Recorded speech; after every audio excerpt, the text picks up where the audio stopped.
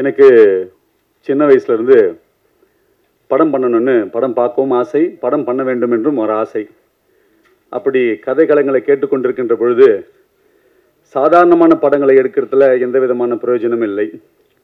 ஆனால் சமுதாயத்திற்கு ஏதாகிலும் நம்ம செலவு பண்ணுற பணம் சமுதாயத்துக்கு ஏதாகிலும் ஒரு கருத்தை சொல்ல வேண்டும் அப்படி என்று முடிவெடுத்த போது அப்போது கிடைத்த கதை தான் இந்த திரைப்படத்தினுடைய நெஞ்சு பொறுக்குதல்லைய கதை. இந்த கதை இந்த 21வது நூற்றாண்டிலும் நடந்து வருகிறதான சமூக பிரச்சனைகளை, ஒரு காதல் என்பது இயற்கையாக பருவமடைந்த ஒரு ஆணுக்கும் ஒரு பெண்ணுக்கும் இயற்கையாக நடக்கக்கூடிய அந்த நிகழ்வு, அது திருமணத்திற்கு பிறகு இந்த சமுதாயம் அவர்களுக்கு என்னெல்லாம் சொல்லிக் கொடுக்கிறது, இந்த சமுதாயம் அவர்களை எப்படியெல்லாம் நடத்துகிறது என்பதற்கு ஒரு உதாரணமாக இந்த படத்தை நாங்கள் எடுத்திருக்கிறோம். ஆஃப்டர் மேரேஜுக்கு அப்புறம் ஒரு காதலர்கள், 2 வேறு தரப்பட்ட சமுதாயத்தை சேர்ந்த காதல்கள் படுகின்ற பெரும் பிரச்சனை, அதன் விளைவாக ஏற்படக்கூடிய பல்வேறு நிகழ்வுகளை சுவாரஸ்யமாக கொண்டு இந்த கதையை நாங்கள் முடித்திருக்கிறோம். மீதினுடைய கதையினுடைய அனைத்து இதுங்களையும் திரைப்படத்தில் பார்த்தால் மிகவும் நலமாக இருக்கும். வந்திருக்கிற ஒவ்வொருவருக்கும் என்னுடைய நெஞ்சார்ந்த திரைப்படத்தின் குழுவின் சார்பாக நெஞ்சார்ந்த நன்றி. எல்லாவற்றுக்கும் மேலாக அண்ணன் திருமாவளவன் அவர்களுக்கு என்னுடைய நெஞ்சார்ந்த நன்றிகள். அந்த படத்தை எடுக்கணுன்றது ஒரு பெரிய ஆசையாக இருந்தாலும் இந்த படத்தை அண்ணனுடைய கையில் கொடுத்து தான் நான் வெளியிட வேண்டும் என்று ரொம்ப நாள் காத்துட்டு இருந்தேன். சென்சார் வாங்கி ஏறத்தாழ 1.5 மாதங்கள் ஆகுது. அண்ணன் வன்னியரசு அண்ணனுக்கு நன்றி செலுத்துகிறேன். அதோடு கூட இருந்த நண்பர்களுக்கு அனைவருக்கும் நான் நன்றி செலுத்துகிறேன். இந்த படத்துக்கு அண்ணன் இவ்வளவு தூரம் வந்து நான் வருவாரா மாட்டாரா, இது நடக்குமா, இந்த கனவு நிகழுமா நிகழாதா, நம்ம இதில் ஜெயிப்போமா தோப்போமான்லாம் பல நினைவுகள் வச்சிருந்தேன். அண்ணன் எப்பொழுது வந்து தலைமை தாங்கினாரோ இந்த படம் நிச்சயமாக வெற்றி பெறும் என்று கூறி என்னுடைய உரையை முடிக்கிறேன். குறிப்பிட்ட சிலர் வன்மத்தை மனதில் வைத்துக்கொண்டு சிலர் நபர்களுடைய பர்சனல் எல்லாத்தையும் வச்சுக்கிட்டு அதே படத்தோட ஒப்பிட்டு, அதாவது ஒரு சில கும்பல் எந்த படம் ஓடணும் எந்த படம் ஓடக்கூடாது, எந்த படம் பார்க்கணும் எந்த படத்தை பார்க்கக்கூடாது, எந்த படத்தை வெளியிடவே கூடாது, எதை பார்த்தே ஆகணும், இப்படிலாம் ஒரு நிர்ணயம் செய்யக்கூடிய ஒரு அராஜகத்தன்மை வந்து இன்றைக்கி திரைப்படத்துறையில் போய்கிட்டு இருக்கு. இதையெல்லாம் வந்து களை எடுக்கணும், முறியடிக்கணும். இதற்கெல்லாம் ஒரு முடிவு கட்டக்கூடிய சில தீர்மானங்களை நீங்கள் எடுக்கணும். தமிழக அரசின் சார்பில் நடவடிக்கை எடுக்கணும்னு சொன்னால் கூட திரைப்படத்துறையில் இருக்கக்கூடிய பெப்சி ஆகட்டும், இயக்குனர் சங்கம் எல்லாருமே சேர்ந்து கூட அதற்கான ஒரு கோரிக்கையை வந்து அரசுக்கு கொடுக்கறதுக்கு நம்ம தலைவர் அவர்கிட்ட கூட நீங்கள் வந்து அணுகலாம். ஏன்னா இன்றைக்கி தலைவர் சொன்னார்னா கேட்கக்கூடிய நிலையில் எல்லாருமே இருக்கிறாங்க. என்ன சொன்னாலும், அவர் என்ன நினைத்தாலும் அவரால் இன்றைக்கு தமிழ்நாட்டில் செய்ய முடியும், இந்திய அளவில் செய்ய முடியும். காரணம், அவர் மக்களின் தலைவராக இருக்கிறார், மக்களின் பக்கம் இருக்கிறார். அடிமை முறைகள் மிக அதிகமாக இருக்கிற இடம் 2 இடம். ஒன்று காவல்துறை, இன்னொன்று திரைப்படத்துறை. இந்த திரைப்படத்துறையில் அடக்குமுறைகள் இருப்பதை அனைத்து சங்கங்களும் உடைத்தெறிய வேண்டும். சனாதனம் கோலோச்சி இருக்கிற இந்த திரைப்படத்துறையில் மிக கவனமாக காலடி எடுத்து வைக்கிற சூழலில் நாம் நின்று கொண்டிருக்கிறோம். ஒரு கதாநாயகன் நடித்தா அவருக்கு வந்து துணிமணிலேருந்து, ஷூலேருந்து, செருப்புலேருந்து, தண்ணீர்லேருந்து, திங்கிற பொருள் வரை எல்லாத்தையும் எடுத்து கொடுக்குற ஒரு பல்வேறு மனிதர்களை நியமிச்சிருப்பாங்க. அந்த மாதிரி நடிகர்கள் கழிவறைக்கு போனால் கால் கழுவுவதற்கும் உதவியாளரை யாராவது வச்சுருப்பாங்களா? ஆக ஒரு கதைநாயகன் இந்த தேசத்தின் மக்களுக்காக பயன்படக்கூடிய நல்ல கருத்துக்களை வழங்கக்கூடிய நடிகனாக மாற வேண்டும். அப்பொழுதுதான் திரை மிக சிறந்த இடத்திற்கு செல்லும். ஆகையால் திரைப்படத்துறையில் இருக்கிற சனாதன கோட்பாடுகளை உடைத்தெறிய வேண்டும். அது முதலாவது கோரிக்கையாக அண்ணன் எழுச்சி தமிழர் அவர்களிடத்திலே நான் அனுமதி பெற்று சொல்லுகிறேன். மோசமான அடக்குமுறைகள் திரைப்படத்துறையில் தான் இருக்குது. ஆகையால் இந்த நெஞ்சம் மறப்பதலை திரைப்படத்தில் பணியாற்றிய அனைத்து போராளிகளுக்கும் இந்த நெஞ்சம் மறப்பதிலே மாபெரும் வெற்றியடைய வேண்டும்.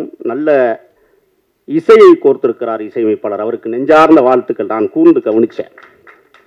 அது மட்டுமல்ல, இந்த திரைக்காவியத்தில் பின்னணி காட்சிகள் ரொம்ப அழகாக அடுப்பறையில் மிளகு அப்படின்னு சொல்லி எழுதி வைக்கிற ஒரு டப்பாவை அடையாளப்படுத்தியிருப்பாங்க. அப்போ எந்த அளவுக்கு அவர்கள் பின்னணி அந்த காட்சிகளை உருவாக்குவதற்கு முயற்சித்திருக்கிறார்கள் என்பதை தெளிவாக தெரிகிறது.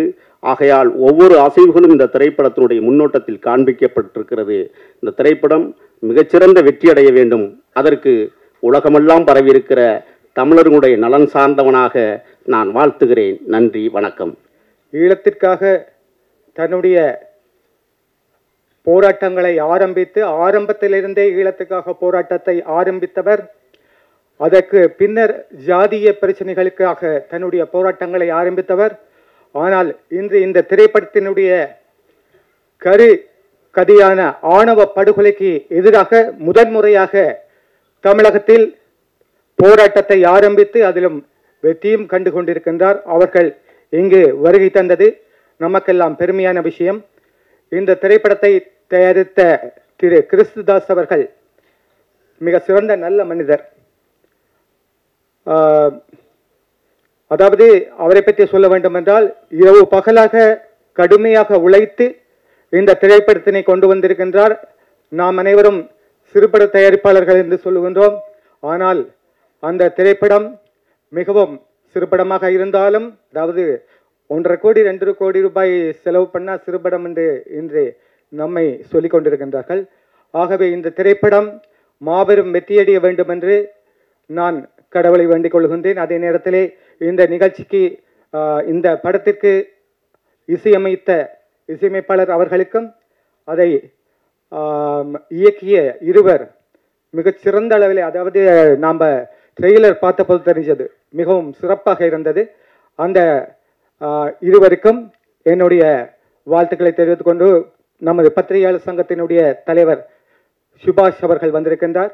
அவர்கள் சொன்னது போல நாம் அனைவரும் செயல்படுவோம் என்று கேட்டுக்கொண்டு, நம்ம என்ன செய்யறது? அநியாயம் நடக்குது, கமலக்கண்ணன் சொன்ன மாதிரி எல்லாம் நடக்கத்தான் செய்யுது. யார் காப்பாற்றுறது? அரசியல்வாதி நீங்கள் திருந்தினா திருந்திடுவாங்களா அம்மாள்? இப்போ எனக்கு தெரிஞ்சு ஒவ்வொரு நடிகருக்கும் நடிகைக்கும் கூட வர அவர் உதவியாளர்கள் சம்பளம் ஒரு கால்ஷீட்டுக்கு 60,000 ரூபா ஆகுது. இதை கொடுக்காதீங்கன்னா இந்த ஆளும் கேட்டுருவாங்களா? சம்பளத்தை குறைச்சி கொடுத்துருவாங்களா? இங்கே 100 கோடினா அடுத்த இல்லைன்னா 125 கோடி கொடுக்குறேன், நீங்கள் கொடுங்க, நான் அதை பிளாக்கில் கொடுத்துருந்தேன்பாங்க. இது நடைமுறை. இதை போய் அவர் திருமாவளவனோ இல்லை முதல்வர் அவர்களோ இல்லை துணை முதல்வர்களோ திருத்த, அவங்களாம் கலை உலகத்திலிருந்து வந்தவங்க தான். எப்படி கேட்பாங்க? இது நம்ம தான் முதல் திருந்தணும். என்று நம்ம பணம் வாங்காமல் ஓட்டு போடுறோமோ அன்னைக்கு தான் இந்த தயாரிப்பாளர் சங்கமும் நம்ம தொழில்துறையும் நல்லா இருக்கும். நம்ம பணம் வாங்கக்கூடாது. ஏழைப்பாளைகள் வாங்குறத வச்சு விட்டுருங்க. ஒரு தயாரிப்பாளர் என்பவன் யார்? பணம் கொடுத்து பண்ண நம்மளே போய் பணம் வாங்கிட்டு ஓட்டு போடுறோம். இது எங்கே போய் சொல்கிறது சொல்லுங்கள்? இப்போ சமீபத்தில் இப்போ பார்த்துருக்கீங்க எவ்வளவு ஒரு கல்யாணங்கிறது, நீங்கள் திருமணத்துங்கிறது ஒவ்வொரு திருமணத்தில் நீங்கள் பார்த்துருப்பீங்க. நம்ம வீட்டு பிள்ளைங்க விளாண்டுக்கிட்டு இருக்கோம், இளைஞர்கள் பேசிக்கிட்டு இருப்பாங்க, சீட்டாடிக்கிட்டு இருப்பாங்க, எவ்வளோ சந்தோஷமாக இருப்போம். அப்படிப்பட்ட கல்யாணத்தை எடுத்து அதை கொண்டு போய் டிவி இதில் விற்கிறாங்கன்னா நம்ம என்ன சொல்கிறது? அந்த விற்கிறதுல சண்டை. இந்த திருமணத்தை நீங்கள் விற்கிறீங்களே, நாளைக்கு எதை நீங்கள் விற்க மாட்டீங்க? எவ்வளோ கொடூரம் இது! நம்ம எதை நோக்கி நம்ம போய்கிட்டு இருக்கிறோம்? இதெல்லாம் நம்ம திருந்திட்டு நம்ம தலைவர்கிட்ட போய் சொல்லி, ஐயா எங்களுக்கு இப்படியெல்லாம் நடக்குது, நாங்கள் ஒரே குரலாக எழுப்பி சொல்கிறோம், எங்களுக்கு நீங்கள் திருத்தி கொடுங்கன்னா அவங்க கண்டிப்பாக செய்வாங்க. நம்ம முதல்வர் செய்வார், துணை அவங்களுக்கு துணையாக அவர் இருப்பார். நான் அவர்கிட்ட ஏற்கனவே கேட்டுக்கிட்டேன், நீங்கள் எப்பயும் கூட துணையாக இருக்கணும். ஏன்னா அவங்களால தமிழ் இனம் காக்க முடியும், மொழி காக்க முடியும். திராவிட தேசியம் விட்டுருங்க, அது வேற, அது பிரச்சனை வேற. அது எல்லாரும் உட்காந்து பேச வேண்டியது. சும்மா குழப்பிக்கிட்டு இருக்கிறாங்க. எல்லாரும் ஒன்று தாங்க. தெலுங்காரங்களை வெட்டி விட்டுற முடியுமா? ஏன் தெலுங்கார நம்ம தமிழ்லேருந்து பிறந்தவங்க தெலுங்கு எல்லாம் பேசுங்கன்னு பாருங்கள். தெலுங்கை பிரித்து பாருங்கள். சமஸ்கிருதமும் தமிழும் தான் இருக்கும். நீங்கள் மலையாளி பேசுகிற பாரு, அவன் தான் தூய செந்தமிழ் பேசுகிறான், நம்ம கொடுந்தமிழ் பேசியிருக்கிறோம். நம்ம தண்ணிங்கிறான், அவன் வெள்ளங்கிறான், நம்ம சொல்லுங்கிறான், அவன் பறையன்னு சொல்கிறான். எல்லாம் செந்தமிழ். இவங்களாம் விளக்க முடியாது. உன்னோட ஒன்றை கலந்துட்டான். இது யதார்த்தம். கலப்பு தான் மாற்றம்.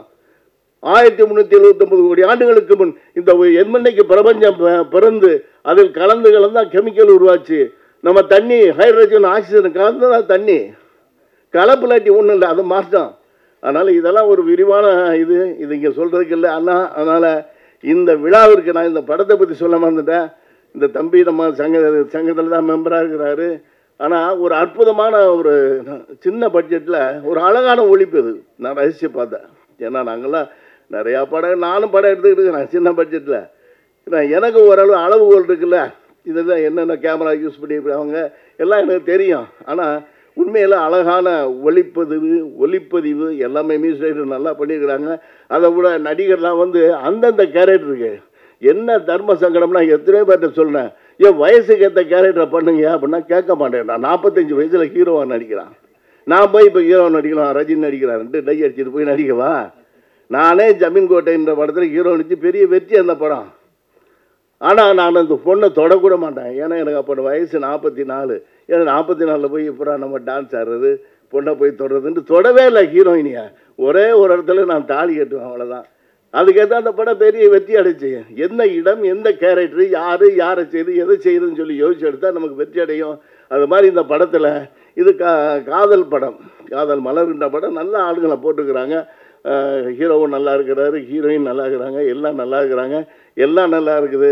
இதை பார்க்கும்போது என் நெஞ்சு பொறுக்குதில்லை, நெஞ்சு ஆனந்தமாகவே இருக்குது. ஏன்னா அதனால் தம்பி அசோசியேஷன் வந்தார், டிஸ்ட்ரிபியூட் அசோசியேஷன் வந்தார், முரளியும் வந்தார். இவருக்கெல்லாம் ரொம்ப சப்போர்ட்டாக இருக்கிற முரளியும் வந்தார். வந்து பேசலாங்க, தம்பி இந்த சூழ்நிலை இப்படி இருக்குது, இதனால் இதை பார்த்து பண்ணுங்க சொல்லி அவங்களுக்கு நான் அட்வைஸ் பண்ணிக்கிறேன். அதுபடி நடந்து அவர் பெரிய வெற்றியை பெற்று முதலீடுகள்லாம் திரும்ப பெற்று இந்த களத்தில் வந்து இருக்கிற அந்த தொழில்நுட்ப கலைஞர்கள், நடிகர்கள் அத்தனை பேரும் பெரும் வாழ்வாங்கு வாழ வாழ்த்து விடைபெறும். நன்றி, வணக்கம். படம் ரெடியாகி சென்சாருக்கு போய் ரிலீஸ் ஆகி அது டிஸ்ட்ரிபியூட்டரை வாங்கி அவங்களுக்கும் தயாரிப்பாளருக்கும் அதுக்கு பிறகு தான் இப்போ இந்த பிரச்சனையை யார் பேசுறது அப்படின்னு கேட்டார். அதுக்கு தான் நாங்கள் இருக்கிறோம். எங்களுக்கு நீங்கள் அதை சொல்லணும், எங்களுக்கு அது தெரியாது. டிஎஸ்ஆர் சுபாஷ் சொன்ன மாதிரி இந்த பிரச்சனைகளை எல்லாம் அவர் ரொம்ப அருமையாக சொன்னார். திருவள்ளுவர் படத்தை வந்து அது பேட்டர்ன் ரைட் பண்ணுற மாதிரி பண்ணணும். நிறைய விஷயங்கள் இன்னும் பேசப்பட வேண்டிய, உரையாடலுக்கு உட்படுத்த வேண்டிய பிரச்சனைகள் நிறைய இருக்கிறது. திரைத்துறையிலே பிற்போக்குவாதிகளின் கை ஓங்கிவிடக்கூடாது, சனாதன சக்திகளின் கைகள் ஓங்கிவிடக்கூடாது. முற்போக்கான சிந்தனையாளர்கள் வேடிக்கை பார்க்கக்கூடியவர்களாக இருக்கக்கூடாது. என்னை கூட சில பேர் கேட்டாங்க, உங்களுக்கு இந்த அரசியலுக்கு பொருத்தமே இல்லை, நீங்கள் ஒரு அரசியல்வாதி மாதிரியே தெரியலையே, நீங்கள் இதுக்குள்ளே போய் சிக்கினீங்க அப்படின்னு. Well wishes. அரசியல் டிப்பிக்கல் பொலிட்டிஷியன் வந்து எப்படி இருக்கணும்னு உங்களுக்கு தெரியும். அந்த சிம்டம்ஸ் உங்கள்கிட்ட தெரியலையே. இப்போ நாம் வேடிக்கை பார்க்குறவங்க இருந்தோம்னா வெறும் சாதியவாதிகளும் மதவாதிகளும் மக்களை ஏய்க்கக்கூடிய சக்திகளும் தான் அரசியலில் வந்து எஞ்சுவாங்க. நாம் நுழைய வேண்டியது, எல்லா இடங்களையும் நம்ம வந்து ஊடுருவ வேண்டியிருக்கிறது. அரசியல் தளமாக இருந்தாலும் கலை உலகமாக இருந்தாலும் எல்லா இடங்களிலும் ஜனநாயக சக்திகளின் கைகள் ஓங்க வேண்டும். முற்போக்கு சிந்தனையாளர்கள் இங்கே இயக்குநர்களாக, தயாரிப்பாளர்களாக, ஒளிப்பதிவாளர்களாக, இசையமைப்பாளர்களாக, கதாநாயகர்களாக, கதாநாயகிகளாக வர வேண்டும். எங்கள் ஊருக்காரர் தம்பி சுதர்ஷன், திட்டக்குடிக்காரர், முதல் படம் இங்கே இசையமைத்திருக்கிறார் என்று அறிமுகமானார். அவருக்கு என்னுடைய வாழ்த்துக்கள். நான் அந்த ஊரில் தான் படிச்சிருக்கேன். எங்கள் ஊர்லேருந்து ஏற்கனவே இன்னொரு லப்பர் பந்துன்னு ஒரு திரைப்படத்தை ஒரு இயக்குனர் உருவாக்கியிருக்கிறார். அவரும் திட்டக்குடிக்காரர். ரொம்ப மகிழ்ச்சியாக இருக்கிறது. இந்த திரைப்படம் நல்ல சிந்தனை உள்ளவர்களால் உருவாக்கப்பட்டிருப்பதனால் மக்களிடையே மிகப்பெரிய வரவேற்பை பெறும், வெற்றி பெறும் என்று நான் நம்புகிறேன், நெஞ்சார வாழ்த்துகிறேன்.